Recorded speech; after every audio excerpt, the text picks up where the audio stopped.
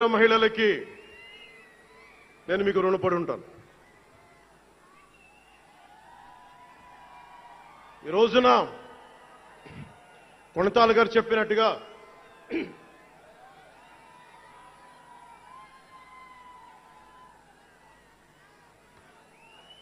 Senior నాయకులు కొణతాల గారు చెప్పినట్టుగా ఈరోజు హోలీ పర్వదినం. రంగులు, ఉత్సాహం, మైత్రిని పంచే పండగ. చెడు పోయింది, మంచి వచ్చిందని చెప్పి రంగులు జల్లుకునే పండగ. మన జయకేతనం ఎగరవేసిన రోజున హోలీ కూడా రావటం యాదృచ్ఛికం కాదు, భగవంతుడి నిర్ణయం. అందుకని దేశ ప్రజలందరికీ నా హోలీ శుభాకాంక్షలు తెలియజేస్తా ఉన్నాను. यह भगवान का आशीर्वाद है कि जनसेना का यह खास दिन होली के पावन त्योहार के साथ आया है. मेरे लिए होली रंगों का त्योहार है, एकता का त्योहार है, दोस्ती का उत्सव है, खुशी और उल्लास का पर्व है. इस शुभ अवसर पर मैं इस मंच से, पिठापुरम से आप सभी को होली की हार्दिक शुभकामनाएं देता हूं.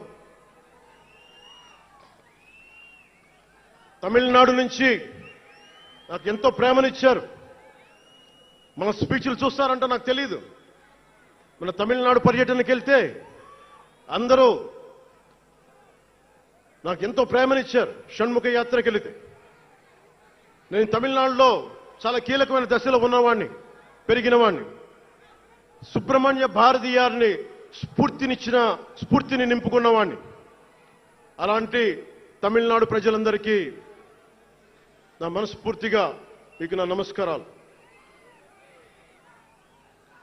రమణ మహర్షి ఉళ్ళిట్ట ఎన్నట్లు సిద్ధర్గల్ వాళింద సిద్ధపేట్ల సిద్ధర్ భూమి ఉలహప్పుదు మరియం తిరుక్కురళవై உலகக்கு தந்த ஞான பூமி அச்சமில்லை அச்சமில்லை என முழுங்கிய மகாகவி பாரதியார் வீரபூமி உலகத்தை ரட்சிக்கும் கந்தசஷ்டி கவசம் எனும் அருண்கோடை தந்த ஆன்மீக பூமியாம் தமிழகத்தை சேர்ந்த என் அன்பு உள்ளங்களுக்கு எனது அன்பு நிறைந்த வணக்கங்கள்.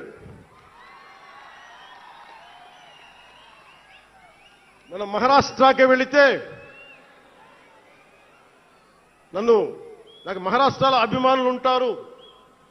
అది కూడా రాజకీయ పరంగా ఉంటారు, సినిమాల పరంగా కాకుండా అని నాకు తెలియలా.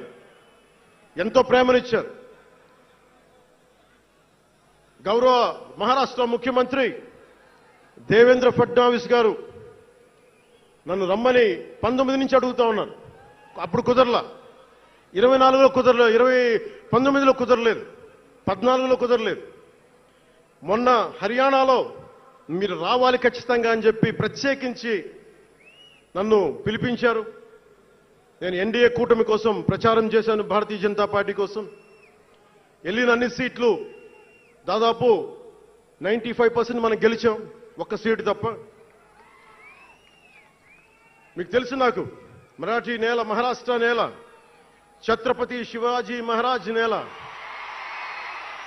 ఛత్రపతి సంభాజీ మహారాజ్ నేల. అలాంటి నేలకి ఇక్కడ మనకి ఉన్నారా మీరు? ఓకే. ఇక్కడ మన స్వామీజీ పేరేంటి? మన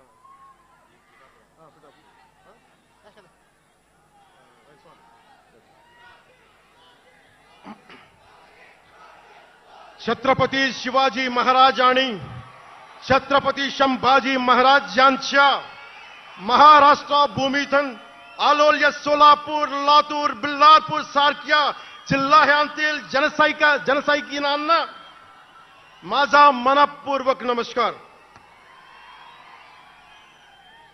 అలాగే కర్ణాటక నుంచి వచ్చిన అభిమానులకి ಕರ್ನಾಟಕದಿಂದ ಈ ಹಬ್ಬಕ್ಕೆ ಆಗಮಿಸಿದ ನನ್ನ ಜನ ಸೈನಿಕರಿಗೆ, ನನ್ನನ್ನು ಪ್ರೀತಿಸುವ ಕರ್ನಾಟಕದ జన సైనికರಿಗೆ హృత్పూర్వక నమస్కారాలు. చాలా భాషలు అయిపోయినాయి కదా. అది మీకు అర్థమైంది కదా. రెండు భాషలు ఒక్క భాషలా కాదు. భారతదేశానికి కావాల్సింది తమిళనాడుతో సహా we need multiple languages, not just two. We need multiple languages to keep, not just for the integrity of the country, but also to understand each other, to share love with each other.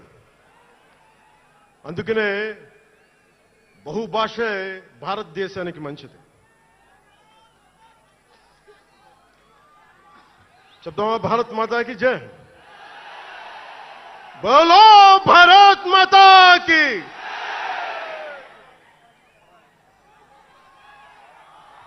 అలాగే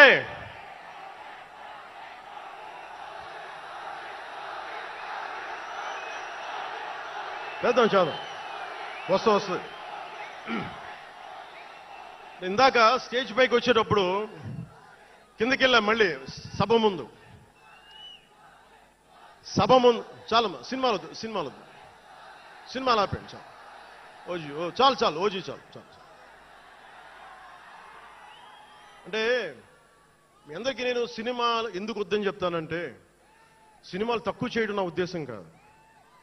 మీరు OG సినిమాకి వెళ్ళి జనసేన జిందాబాద్ అని ఎలా అనకూడదు, ఇక్కడికి వచ్చి cinema ఎందుకు అనకూడదంటే, ప్రాణాలు తెగించినారు ఇక్కడ వాళ్ళందరూ, ఇక్కడ జన సైనికులు.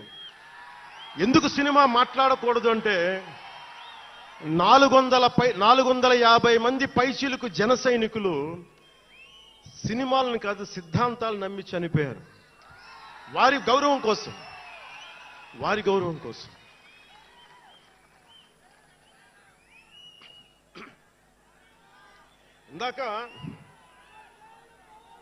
ఇందాక వద్దాం, అవి కూడా వినండి. మీరు వింటలేదని అర్థం. నా పేరు అరుస్తున్నారంటే మీరు నా మాట వింటలేదని. నా మాట వింటే 151 ఉన్న సీట్లు పార్టీ పోయింది. అందుకే నా మాట వినాలి. కూర్చోండి.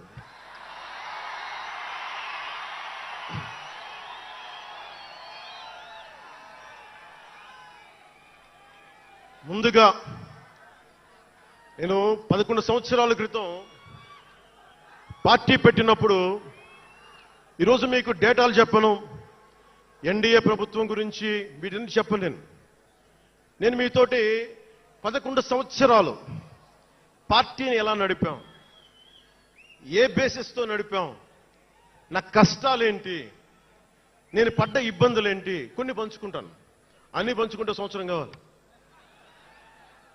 నేను ఓటమిలు ఎలా ఉంటాను, గెలుపులు ఎలా ఉంటాను, మీరు నా గుండెల్లో పెట్టుకున్న వాళ్ళు, మీరందరూ నా గుండెల్లో పెట్టుకున్న, మీకు మించిన కుటుంబం నాకు లేదు. అలాంటి నేను 2014లో ఒక్కడనే కూర్చొని జ్వలిస్తూ మదించిపోతూ, మన ఆలోచనతో మధిస్తూ, ఎలా చెప్పాలి, పెద్ద రాజకీయాల మీద నా చాలా మంది కసరత్తులు చేసిన వాడిని కాదు. 2009లో అప్పుడు రాజకీయ ప్రస్థానం తప్ప. 2003లో నేను మా నాన్నకి చెప్పాను ఫస్ట్. ఈరోజు మా నాన్నగారు లేరు, స్వర్గస్థులయ్యారు. మా నాన్నకి మా అమ్మకి 2003లో చెప్పాను, అమ్మ నేను ఒకరోజు పాలిటిక్స్కి వెళ్తాను. మా నాన్నకి నచ్చల మాట. శుభ్రమైన కెరీర్ పెట్టుకొని పిచ్చేంట్రా నీగా కానీ నేను చెప్పలేకపోయినా. ఆ రోజున నేను సినిమాలని దృష్టిలో పెట్టుకొని ఎదగలేదు, సమాజాన్ని దేశాన్ని దృష్టిలో పెట్టుకొని ఎదిగాను. సినిమా నాకు ఉపకరణం అయింది కానీ సినిమా నా జీవితం కాలం. చెప్పలేకపోయినా ఆ రోజున.